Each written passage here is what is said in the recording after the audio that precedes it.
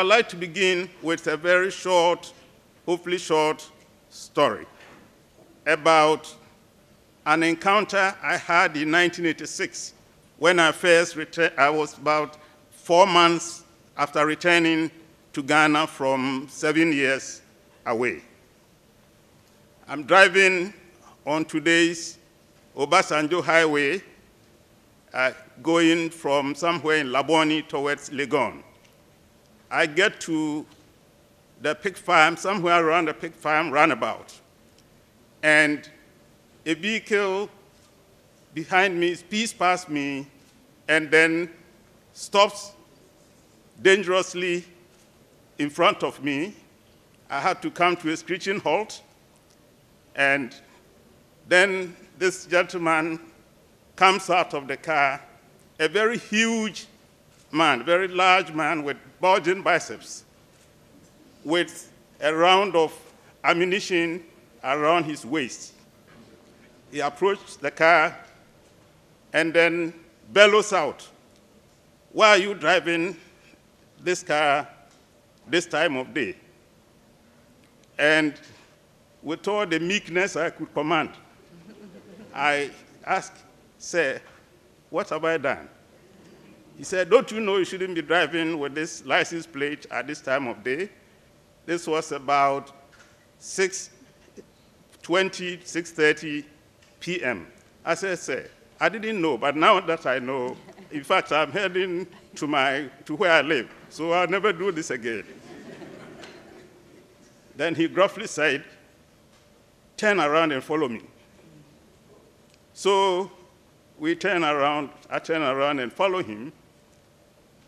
I didn't know where he was going to take me to, but in the end, we ended in a place on the east side of the ring road called, I think it was one of these government information centers. So he comes out, he demands the keys to the car. The keys are handed over to him, and then he drives off.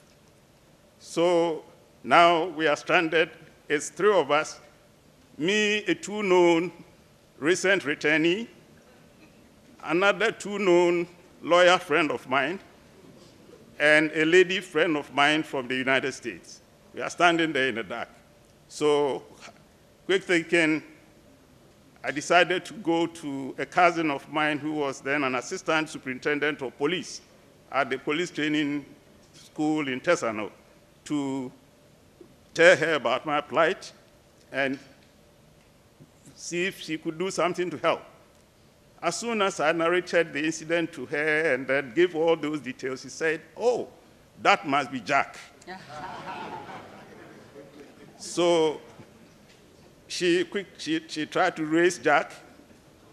Jack could not be reached, but she assured me that she would do her best to retrieve my car for me, and the next morning, she retrieved the car for me. But that was then.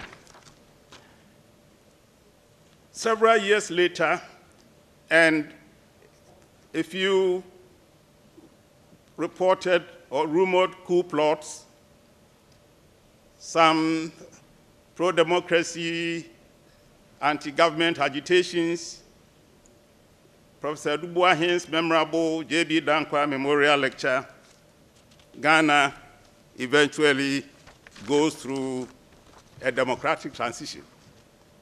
So on January 7, Ghana entered its 4th republic against a background of 11 years of quasi-military authoritarian rule, disputed outcome of the transition presidential polls, and boycott of the ensuing parliamentary elections. Initially dismissed by many with some justification as transition without change, that historic inauguration of a new democratically elected government was to usher Ghana's 4th Republic into a period of unprecedented progress in democratic governance. We have held 7 successive multi-party elections, each of them on schedule, with 3 of them producing electoral turnovers. The presidential term limit provision of the 1992 Constitution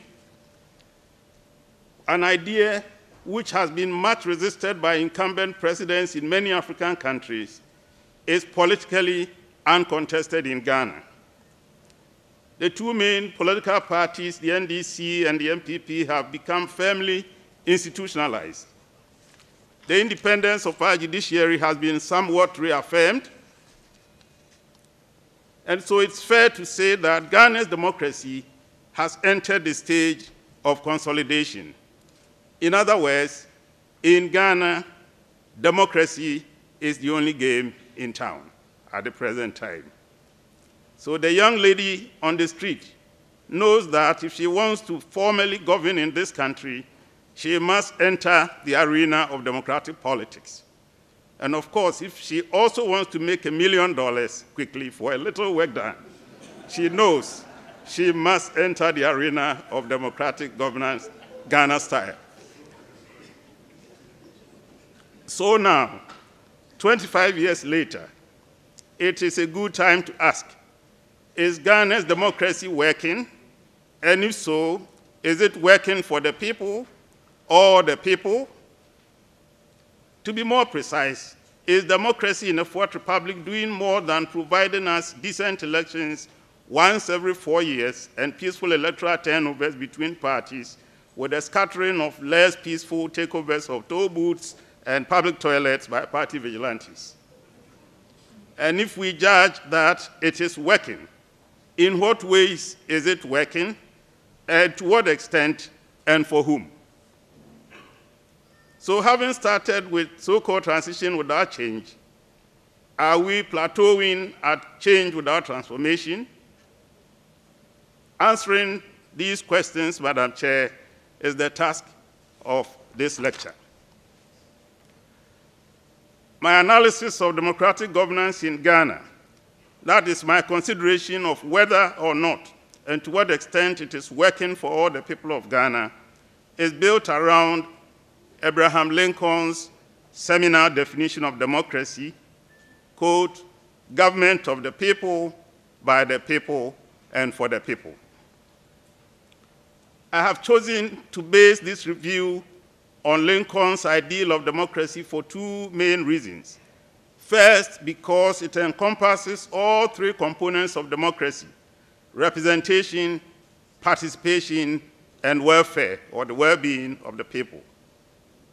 Second, because it embraces inclusiveness in all three of those components, by which I mean inclusion of all citizens, no matter their social and economic status, gender, religious identity, ethnicity, geographical location, or physical ability.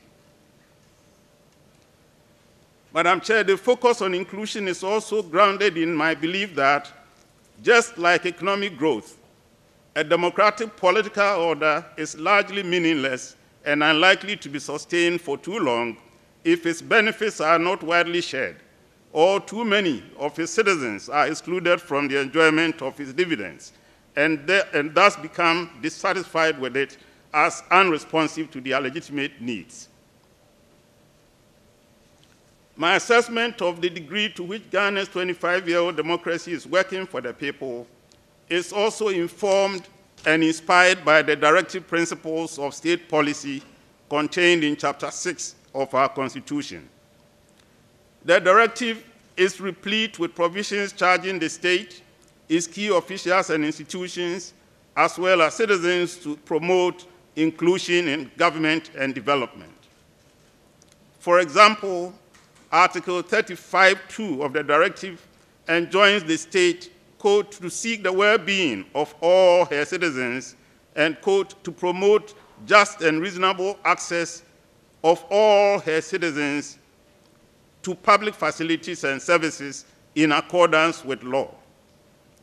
It also directs the state to provide equal opportunity for all citizens, particularly women, to be integrated into the mainstream of the economic development of Ghana, and so on. Madam Chair, my presentation proceeds as follows. The first part evaluates the inclusiveness of Ghana's democracy in terms of representation, participation, and the enjoyment of its benefits. The second part analyzes the factors that impede an inclusive democracy. And the third part outlines measures that could be taken to further promote or deepen inclusion and reduce exclusion. And the final part suggests the respective roles our institutions, our leadership, and citizens must play to ensure that Ghana's Fourth Republic makes it closer and closer to the ideal of making democracy a government of, by, and for all of us. For each of the three Lincolnian tests, I shall look at the spirit of the prescription and then the practice of the same. Distinguished ladies and gentlemen, I now present Ghana-style democracy, or as Kwesi Prempeh puts it, quote, democracy with Ghanaian characteristics. So let's now look at government of the people in Ghana.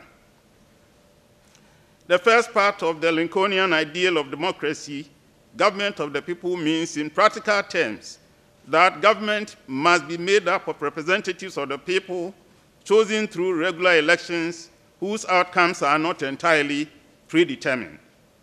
It also means that government must broadly carry the mandate of the citizens and be broadly representative of the political, ideological, cultural, ethnic, religious, and class mix of the society. And so where does Ghana's democracy stand today on this mandate?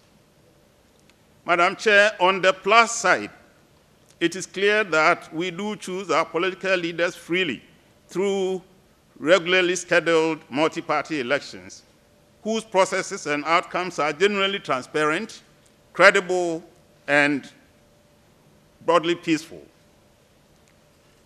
Governments of Ghana's Fourth Republic can be reasonably described as government of the people in the sense that the president, members of the national legislature, and 2/3 of the assembly members are elected.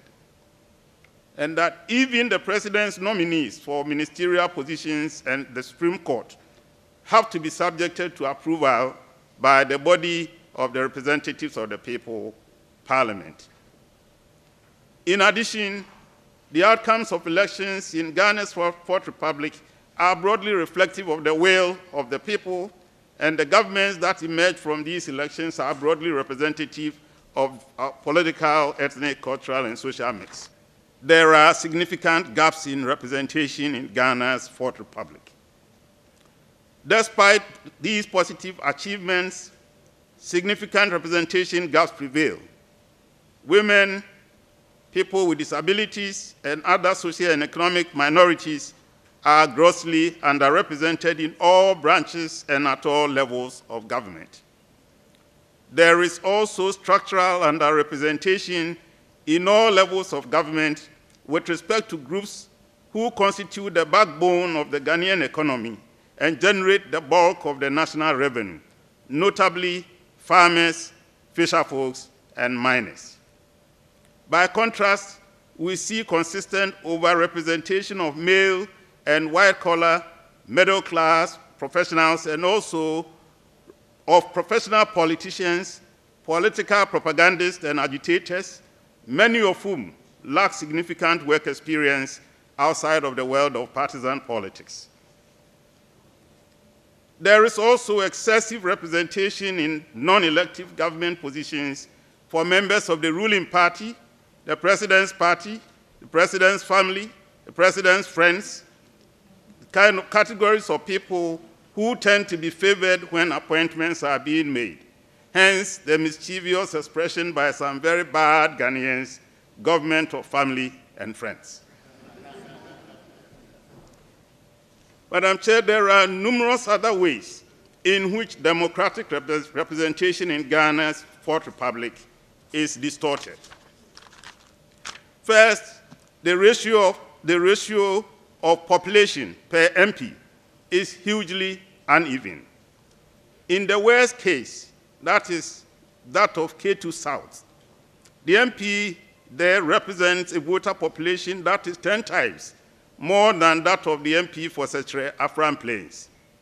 And the MP for Domi Kwabenya represents about 9 times more voters than the MP for Salaga North. And yet, each of them has 1 vote on any issue in Parliament. Second, the rules of constituency demarcation employed by the Electoral Commission are opaque and fraught with gerrymandering, typically in favor of the ruling party. Third, the executive leadership of our local communities, that is, the DCE's mayors, that is hardly representative of those communities, since the local communities are constitutionally excluded from the selection process. Fourth, the role of money in our political campaigns is increasingly troubling. The excessive cost of campaigns has disparate exclusionary effects, especially by gender and class.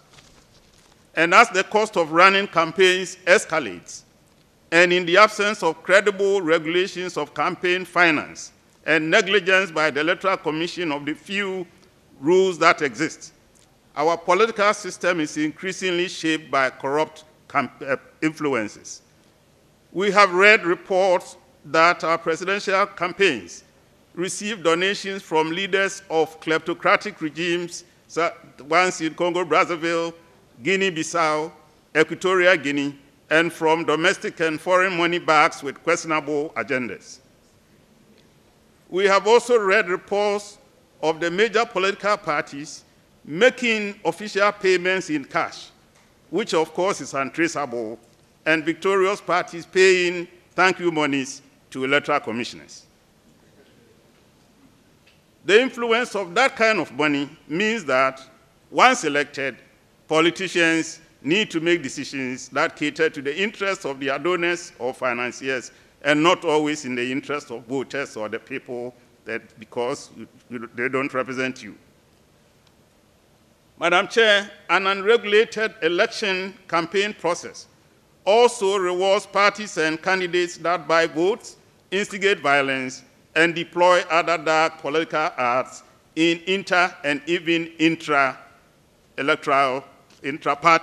electoral context.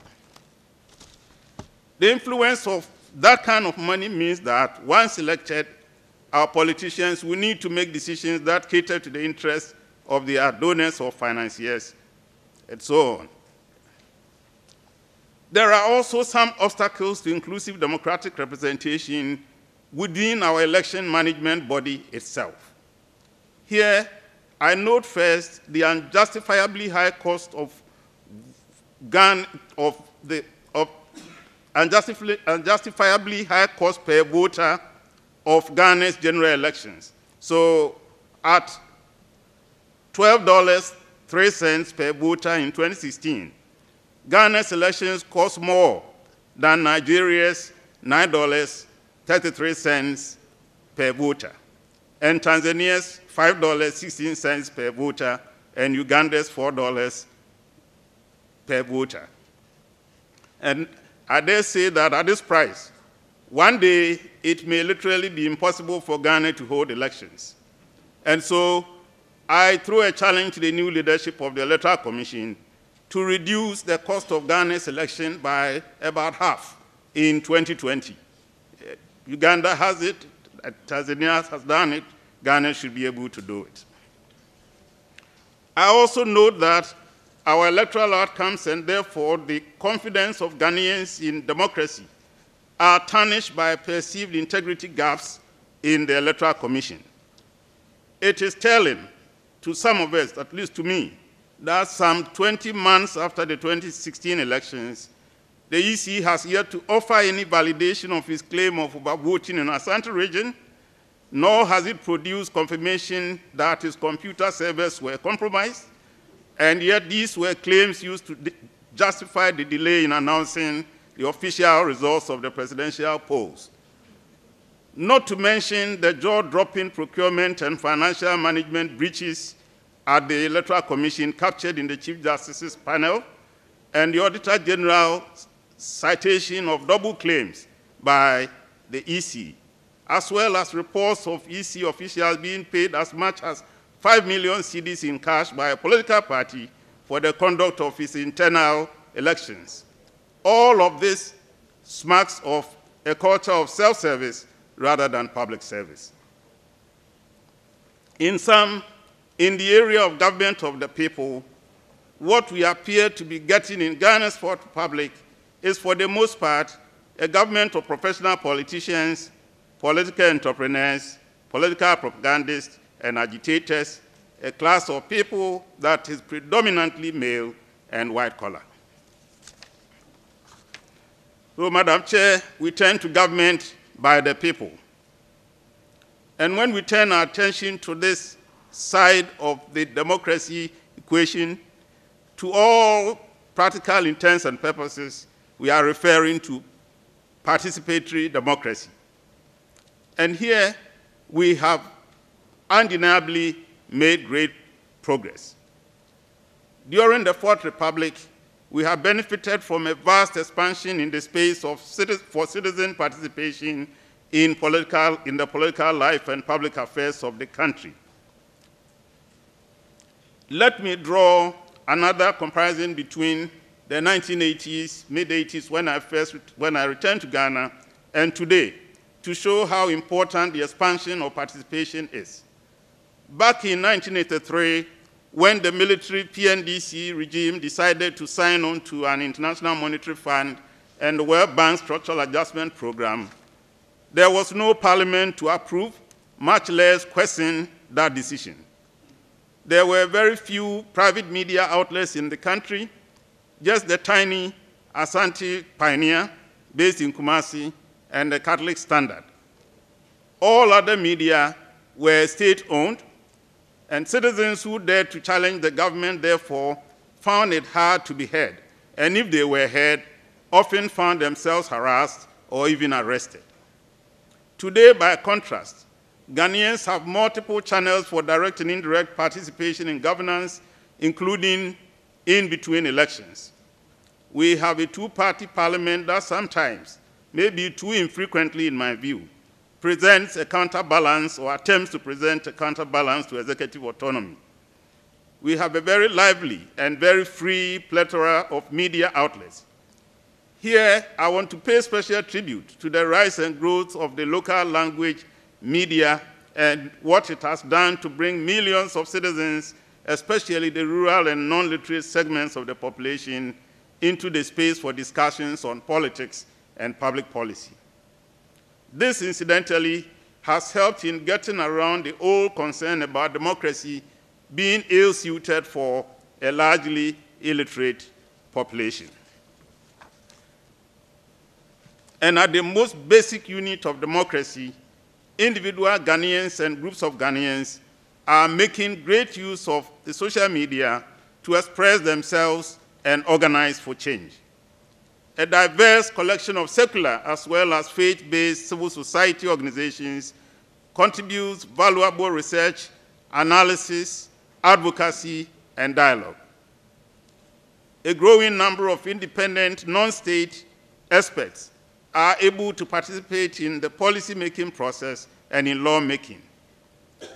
In addition, Madam Chair, we have a new generation of activists drawn largely from the ranks of Ghana's burgeoning middle class and professional class, notably Occupy Ghana and Citizen Ghana, who are deploying the social media tools and court litigation to open new frontiers in civic activism and enrich the policy process. These citizen vigilantes and concerned citizens are indeed helping to keep our public officials on their toes and occasionally exposing government corruption, abuse of office, and mismanagement. Madam Chair, there are growing participation gaps and deficiencies. And that despite the progress I have enumerated above, a huge participation gap prevails with respect to opportunities for women, once again, people with disabilities, the poor, rural dwellers, and those with little or no formal education. Participation of women and other social minorities remains highly inadequate in the key governance institutions, in our centers of public decision-making, and in the processes that determine the allocation of state resources. Madam Chair, it is an indictment on Ghana's democracy that there are still few female politicians, 37 in a 275-seat House, so few ministers, 21 or so out of 110, or maybe 111, and so few mayors, 33 out of 254. Likewise, women are grossly underrepresented in the Council of State and other state councils and boards.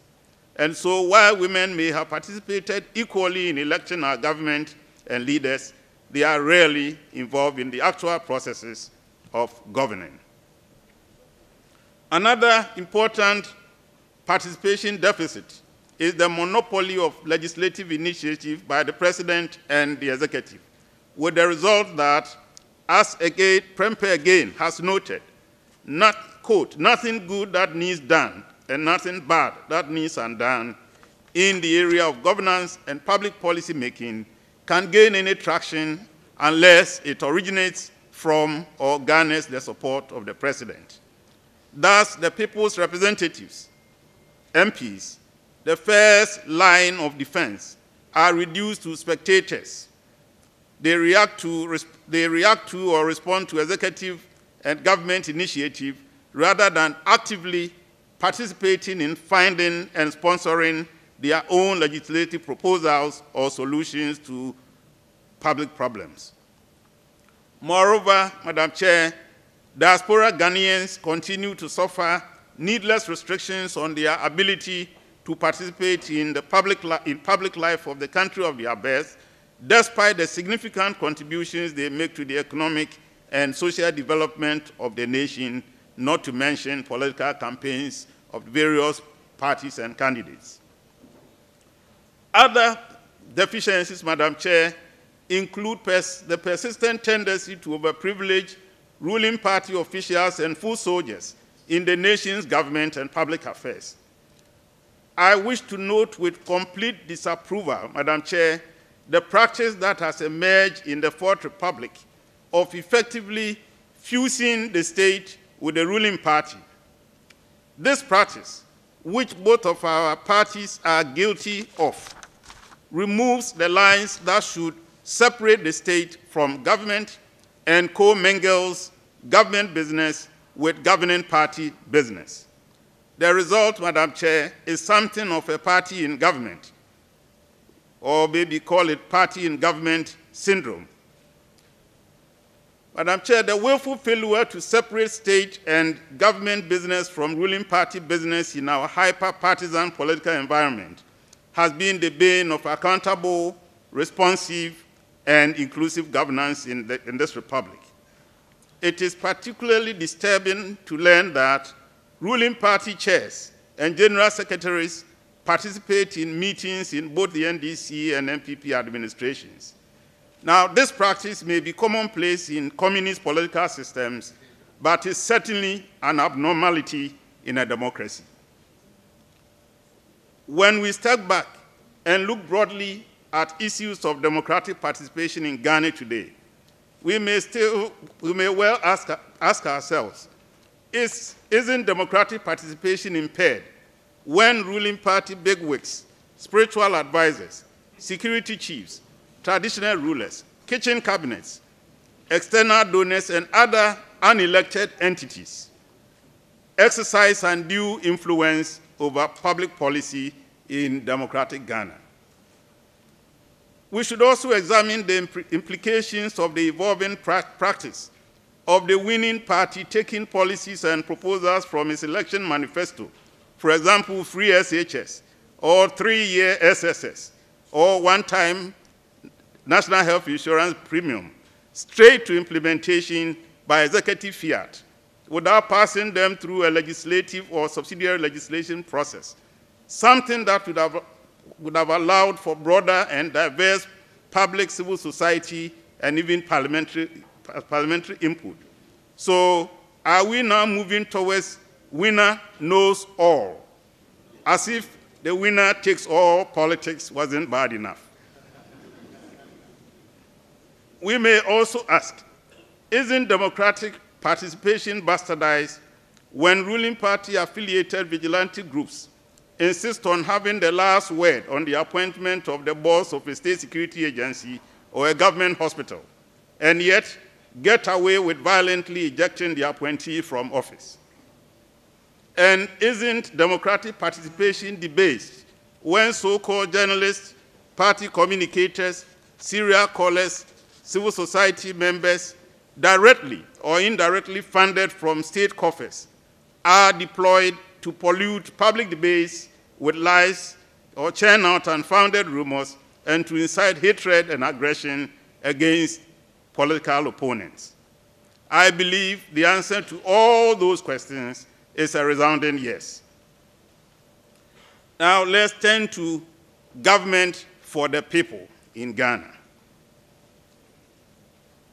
When we turn our attention to the third Lincolnian test, we must first look at how well and how equitably democratic governance is working for Ghanaians.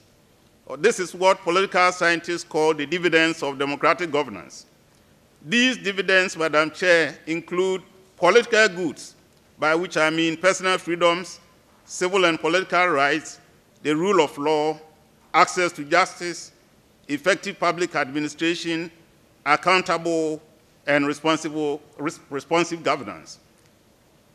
The dividends of democracy also include economic goods such as food, shelter, and clothing, jobs, stable income, decent infrastructure, and the like. And it is also expected to include social and cultural goods such as decent health care, quality education, social security, as well as individual and group dignity. So let's look at the record of inclusive democratic dividend sharing in Ghana's Fourth Republic. In practice, Madam Chair, there is some good news on this front. In broad terms, the quantity and quality of political freedoms enjoyed by Ghanaians has increased enormously since the dark days of autocratic military rule.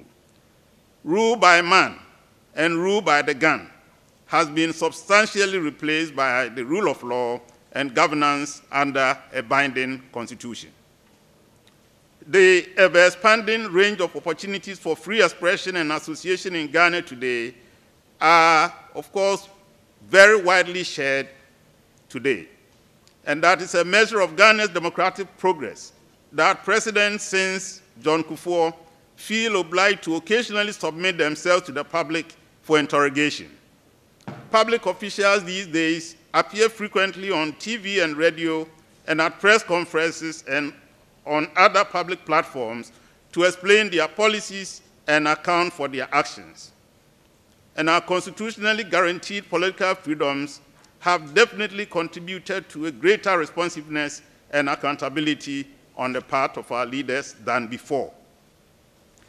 Madam Chair, indeed, stripped of all its political gamesmanship and ossification, the decision to open the Legon Teaching Hospital for Business and the U-turn on certain proposed government actions, including the so-called New Ameri deal, are indeed dramatic illustrations of accountability driven by the actions of citizens and citizen groups. I also want to acknowledge the contribution democracy has made towards the growth and expansion of Ghana's economic pie in one specific area. I'm thinking of the impact of the liberalization of the airwaves and media space on the growth of the media industry. It has opened up huge employment and livelihood opportunities for journalists and other media practitioners, compared to when the Ghana Broadcasting Corporation was the only game in town. It has unearthed creative talent and helped to expand markets for business. And if we could disaggregate our GDP to show the contribution of free media in the Fourth Republic, I am sure it would constitute quite a substantial part of the story of economic growth over the last 2 or more decades. I also note with commendation that both the NDC and NPP governments have introduced social development initiatives that aim to spread the benefits of our expanding national cake. And so, for example, the NDC under President Rawlings introduced the F-Cube, free compulsory universal basic education, and under President Kufuor, we saw the introduction of the National Health Insurance Scheme, LEAP, the National School Feeding Program, and others. And the Mills and Mahama administrations continued this tradition by funding free school uniforms for primary school children and establishing day secondary schools, etc.